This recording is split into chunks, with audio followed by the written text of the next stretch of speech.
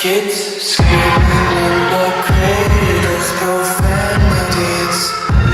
I see the one through high school garden broken. Cross out the ones who heard my cries and watched me weep. I love everything. Fire spreading all around my room. My world's so bright, it's hard to breathe, but that's alright.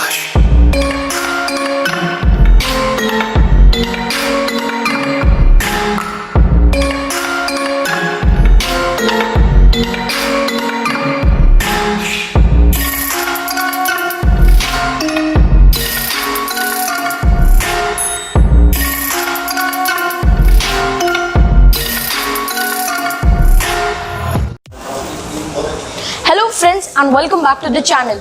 I'm your host Rishabh Rajesh, and in this video we're going to review the V variant of the new 2020 Honda City, and it's going to be an interesting review with a lot of details. So let's start with this video without any further ado.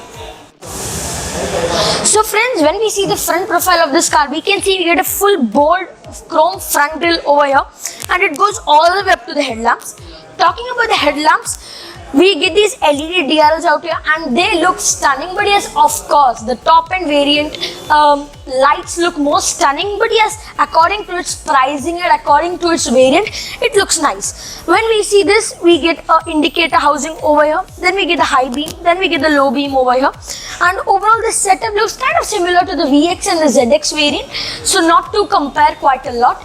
But yes, let me tell you ki in the V and the VX variant, we get the same type of headlamps, and on the ZX we get different type of headlamps, and I'll surely tell you and I'll show you also how the headlamps look. Apart from that, we can see this bumper also looks nice, and this is exactly similar to the VX and the ZX variant. And apart from that, here we get this matte black finishing, air intake, and going out and going in, so that's what comes here. This is the hood of the car, and this has character lines going all the way around. And let me tell you that Honda City has been based on the katana blade design, which is from the side especially, and there is a lot of Japanese design trait to this, so that gives quite a lot of bold features in this car. So now let's talk about the side profile of the car. Alrighty, let's talk about the side profile of the Honda City V variant, and first of all, we see the door handles out here which are body colored with request sensors on the driver's side as well as the co-passenger side. Here we get the ORVMs along with side turn indicators which look nice, and the indicators, as I told you, is over here, not on the fender.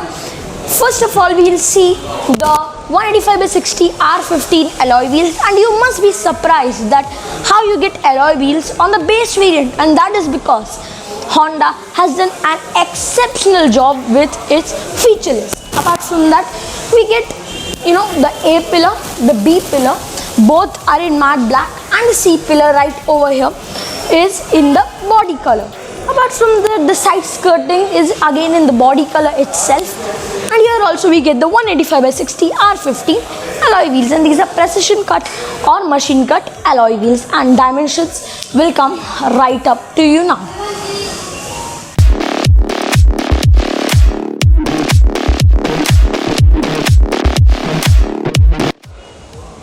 So right here at the rear fascia, I'm so sorry I cannot show you like this because of the problem of the space, but anyways, I'll show it to you in cinematic shots.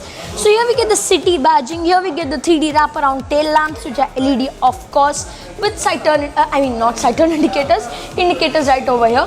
We get the Honda logo over here, the bumper remains exactly the same from the VX and the ZX variants.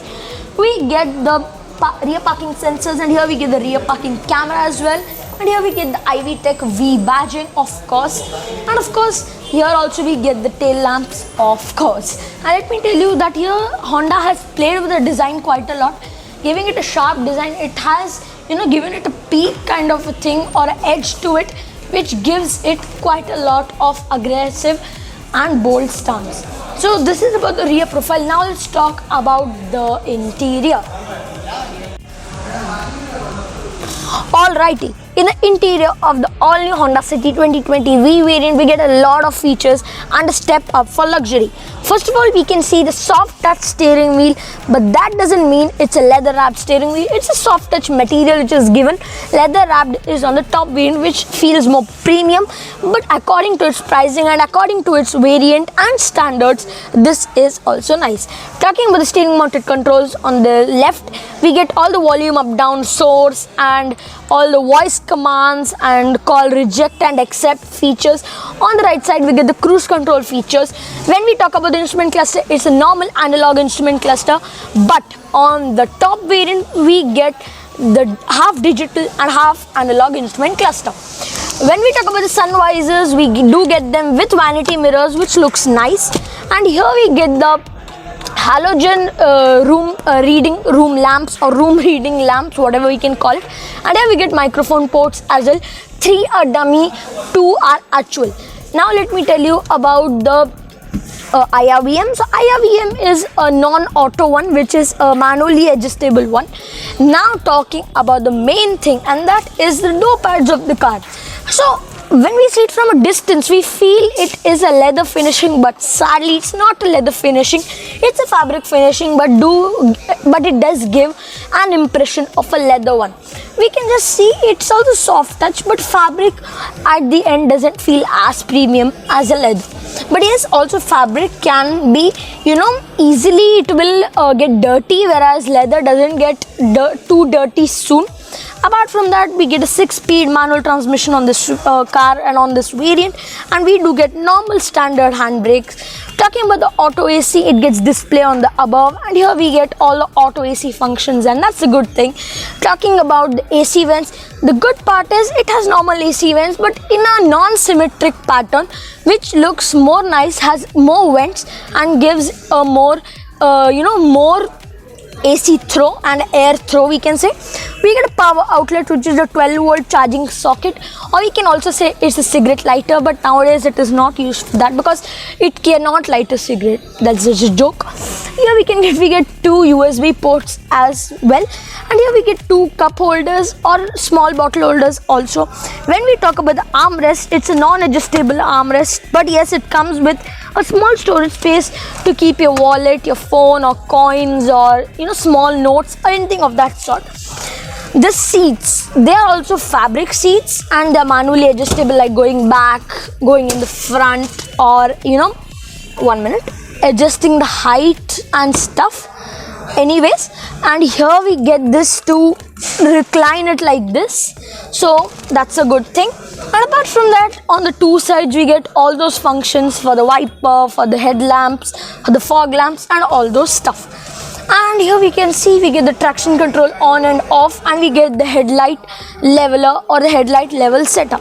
Apart from that, everything over here in this cabin feels nice. And here we can see one thing is on the dashboard we get the 4 wooden finishing, which is actually kind of a glassy or a glass and plastic finishing. And here on this pad, the beach pad which we see, that actually looks like a leather one, but it's a hard top plastic.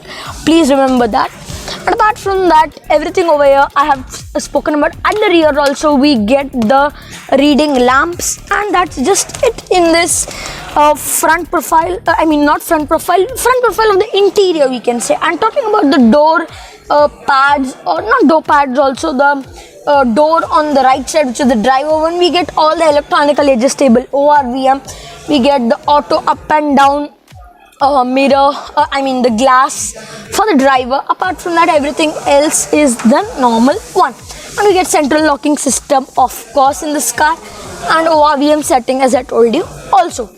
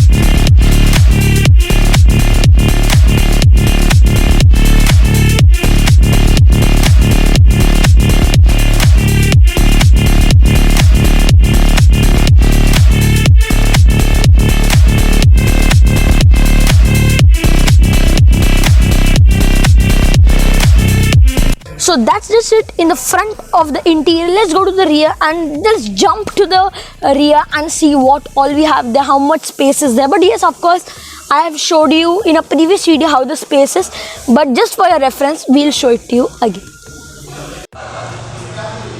At the rear, obviously a sedan, and in that Honda City, of course, has ton of space. And we can see I'm sitting like a CEO. Of course, a CEO will not sit like that. He'll be working on his laptop.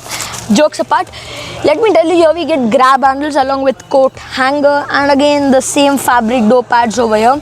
Space for me is adequate. The seat is not either at the proper front nor at the proper back, but yes, in the middle, and it does give a lot of space. When we talk about the AC vents, there are two AC blowers out here, and again a 12-volt power outlet. There are two actually over here, and the best part is even in the base variant we get a rear armrest along with two cup holders or small bottle holders, and we get 3-point seat belts for all the 3 passengers. But one thing over here which I would like to say which could have been improved was the adjustable headrest, which could have been given, but that's not a very big factor also. But I would have loved, even if these were not adjustable, if they could have been a little more softer, that would have given it a more comfortable feeling at the rear. But nevertheless, if we go for the top variants, obviously we get adjustable headrest and they are soft enough. So that's just it in the rear. And talking about the headroom, for me it's sufficient. I am 5'2", and thigh support could have been a little better, but still, nevertheless, at least a car in this segment has all the other creature comforts which many other cars will not give you. So now let's talk about the pricing and the engine options. So friends, I'd just like to tell you 2 points about the car again. So when we see the seats, first thing is these are also called as barber seats, because when we go to a barber shop or a saloon, we can see there is always a foot stand here. We keep it like this in an upright position. So that's what is called a barber seating. So that's given in this car, which gives it a good look. And also, I just got to know that why these are not adjustable headrests is because of its coupe silhouette, and if this is adjustable up and down, it might affect the rear view for the driver. Now talking about the main point, we have 2 engines in this car, which is the 1.5 liter IV Tech petrol engine and the 1.5 liter ID Tech diesel engine. So the IV Tech produces 121 PS of power at 145 Newton meters of torque, and the ID Tech gives out 100 PS of power at 200 Newton meters of torque. And there are 2 transmission options available, which is the advanced CVT for only the 1.5 liter IV Tech engine, whereas the manual transmission, which is a 6-speed manual, is for the 1.5 liter IV Tech and the ID Tech engines. So that was it from my side, and right before going, I think you must be feeling I'm missing out a point, and that is pricing.